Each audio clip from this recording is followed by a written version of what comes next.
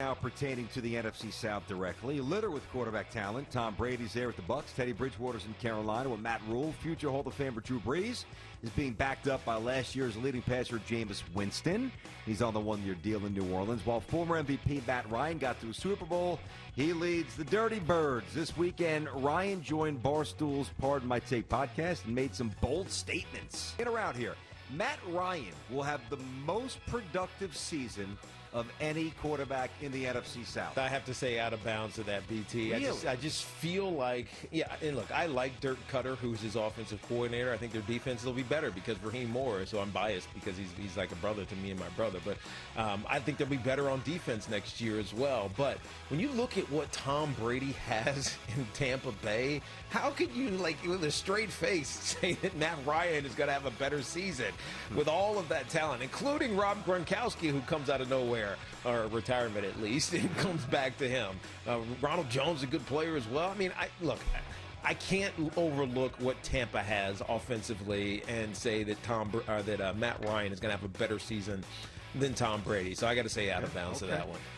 Based on the roster, I would agree, based on the weapons at the disposal here of Tom Brady. By the way, this is a two-person answer. Mm-hmm. My answer is inbounds, though, and it's because Matt Ryan's basically 10 years younger, almost, just about. Isn't that crazy? Yeah, it's wacky. It's nuts. 10 years is 10 years. I know, exactly. And 10 years, Teak, to be more direct, is probably more like 12 or 13 when you really can't train the way you need to train to get your body prepped for another season when you're that old, like Tom Brady is. Even though it seems like Tom Brady is doing it anyways. I know he is. And we'll get to that a little bit later. Not a lot of people aren't happy, including the gentleman who runs the Players Union. Yep. Listen, Matt Ryan to me is perpetually and historically undersold. I think he's a Hall of Famer. I know you'd love to see him get a Super Bowl on that resume. He almost got it. Yep. But Matt Ryan, even when they lost to the Niners in the NFC Championship game 2012, whatever it was, I don't even remember what it was at this point. He threw for 396 yards against a vaunted, remember, Justin Smith. I mean, that defense was Patrick Willis. That Niners defense was tight. I think Matt Ryan's a star.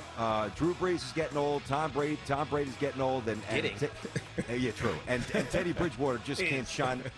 Teddy Bridgewater can't shine. That's right. Matt Ryan's shoes throwing the football. And I like Teddy, but he's not that. He's the next tier below. I'm going to say inbounds. I think Matt's right. I'm good with what Ryan said. Take the Browns, high expectations. Where have we heard this before? Especially on offense. We know they got Baker, they got OBJ, a little Jarvis Landry, Kareem Hunt there, Nick Chubb, David Njoku, the tight end, Austin Hooper, who they traded for. However, there's always a however with the Browns. Isn't it always? Always. You never just list the talent and go into something seamlessly. There's always a little speed bump, and this is it. New head coach Kevin Stefanski told reporters that he's still unsure who will call the plays for this talented group. In or out, it is concerning that the Browns still haven't decided who will call the plays on offense. I'm going to say tepidly inbounds because I'm not overly worried about it because I know that Kevin Stefanski, who was the offensive play caller for the Minnesota Vikings, is going to have a hand in it.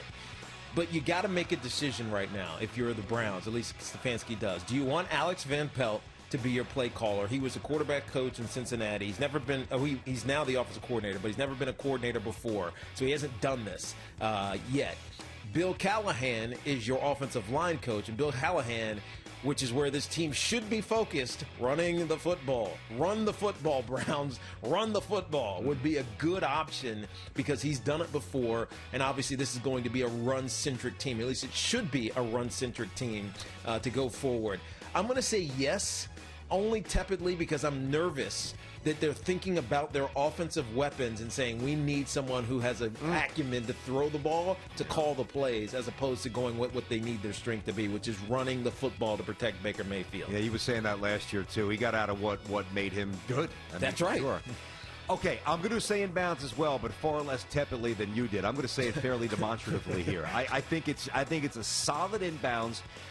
For two reasons. Number one, and I don't want to be fair to Stefanski, who very well might be the coach for the Browns. Maybe he's their Belichick. You never know. Yep. People deserve a chance. He was hired for a reason. He's a talented guy, and I wish him well. And I want to see the Browns do well. I really do.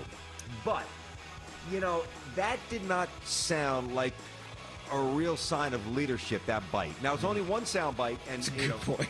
It just didn't rip me. It didn't rip, well, you see, maybe, I don't know, we could, you'll figure it out. We'll figure it out by September 13th. What, all right, I mean, again, I don't want to make it to be the end of the world here, but for a franchise that has had no sustainable success, you need the quote-unquote easy things to be done. That's right. And the easiest thing is deciding what coaches are doing what jobs.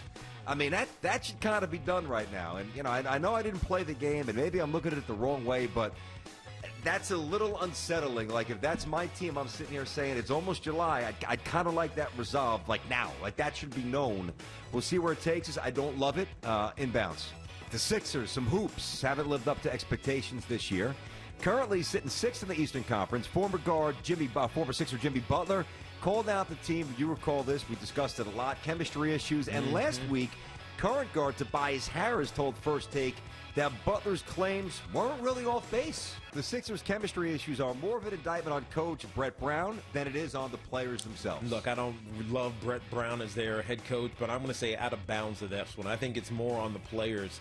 Chemistry is something that's developed by the leaders in the locker room who go out of their way to reach out and embrace and bring into conversation the guys that they're going to depend on, so that there is no confusion on game day. I mean, you can knock LeBron all you want over the course of his career, but the one thing that he's always been able to do is connect with people. Yep. It's why when you look right now and people think he has this hatred or this ire for J.R. Smith. J.R. Smith is going to sign with the Lakers. Yep. You know what I mean?